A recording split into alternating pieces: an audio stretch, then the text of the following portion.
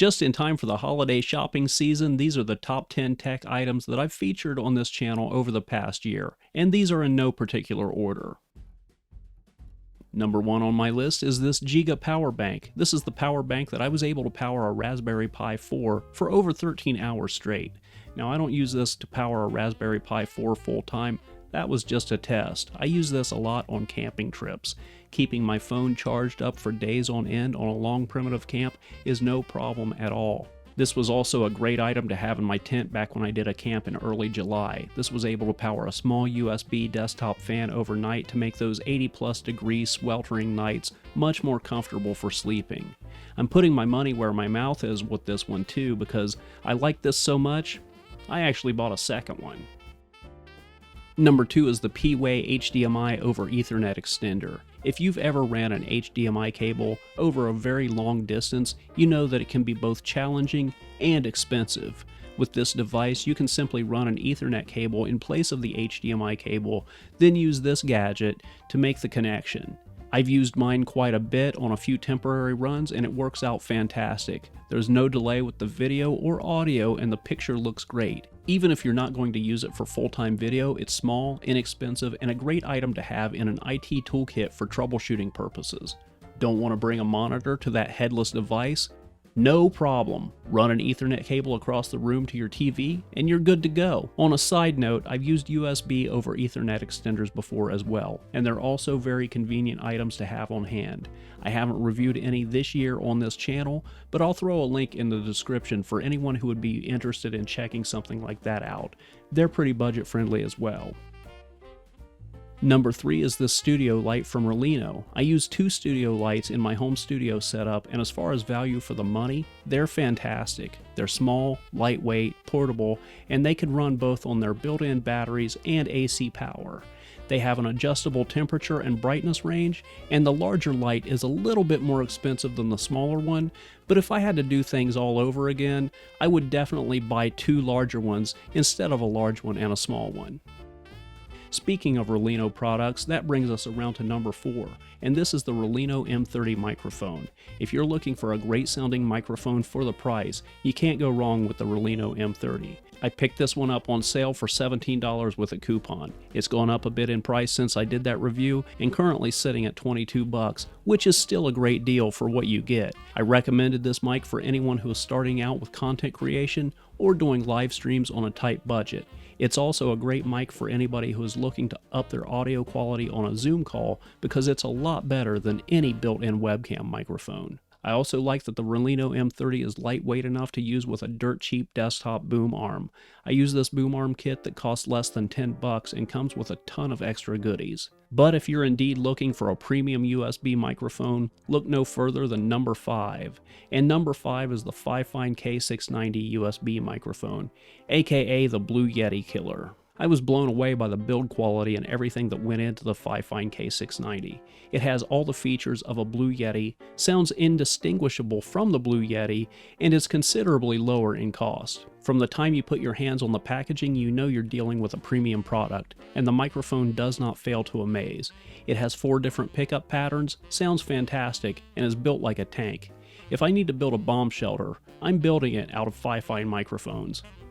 And if a wireless microphone is more what you need, check out number 6, the Lensgo Microphone Kit, model 348C. I have the single transmitter unit from Lensgo and I absolutely love it, especially the range. You can get a dual transmitter kit so you can mic 2 people for interviews as well.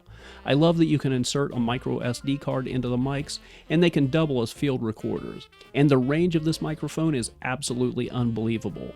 They include wind filters, have a 7-hour battery life, and charging is super convenient, with the charging port built directly into the storage case. But I think that's enough about microphones. Let's talk about number 7, which are the Nexigo Air T2 Earbuds. First and foremost, these are hands down the most convenient earbuds I've ever owned. I like to travel light and not have a bunch of junk in my pockets, so earbuds are not something that I've regularly carried in my pockets full time.